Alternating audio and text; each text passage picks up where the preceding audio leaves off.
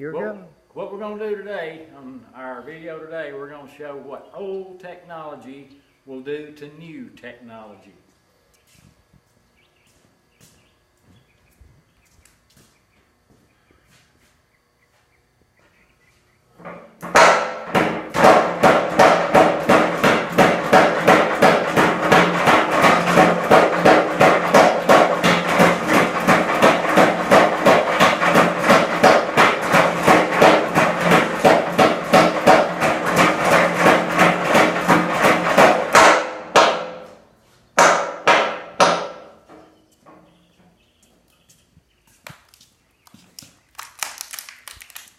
If anybody wants to know, that's what the inside of an iPad looks like.